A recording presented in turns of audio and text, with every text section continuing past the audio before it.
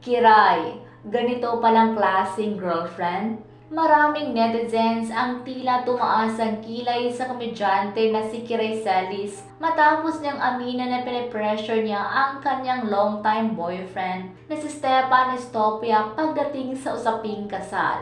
Isa si Kiray sa mga artistang lumaki sa industriya ng showbiz. Bata pa lang ay napansin na ang kanyang talento sa pagpapatawa. Kaya naman naging bahagi siya ng sikat na children's comedy show na Guwin Bulilit. Mula noon, tuloy-tuloy ang kanyang pag-angat sa showbiz at nakilala bilang isa sa mga pinakasikat na komedyante sa kanyang henerasyon. Sa kabila ng kanyang husay, madalas siyang gawing biro dahil sa kanyang itsura. Madalas ding maging sawi sa pag-ibig si Kiray dahil sa kanyang itsura. Pero sa kabila nito, natagpuan niya ang isang lalaking minahal siya ng totoo. Walang iba kundi si Stefan. Matagal nang magkakilala sina Kiray at Stefan dahil kaibigan ito ng kaniyang kapatid.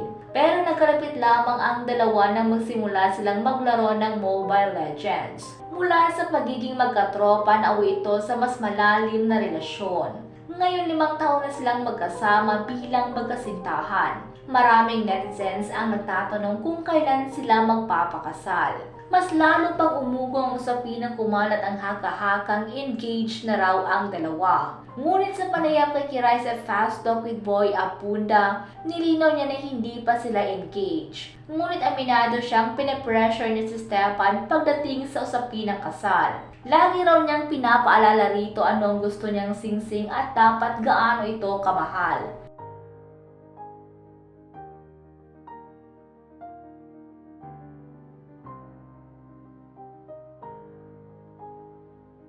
Ngunit iginiit ni Kiray na pakiramdam niya na ginagawa lang niyang dahilan ng singsing dahil lang totoo hindi pa siya ready talagang magpakasal.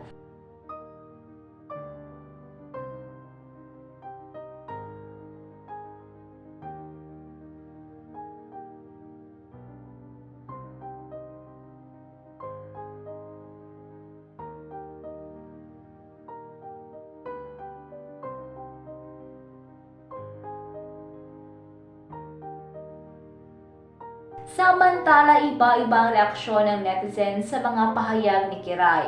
May mga nagsasabing demanding umano ito at tila siya pa ang nagpipilit sa boyfriend kung paano dapat mag-propose. Ngunit may ilan ding sumang-ayon sa aktres na nagsasabing tama lang na paghandaan niya ito ng mabuti upang hindi siya magsisi sa huli.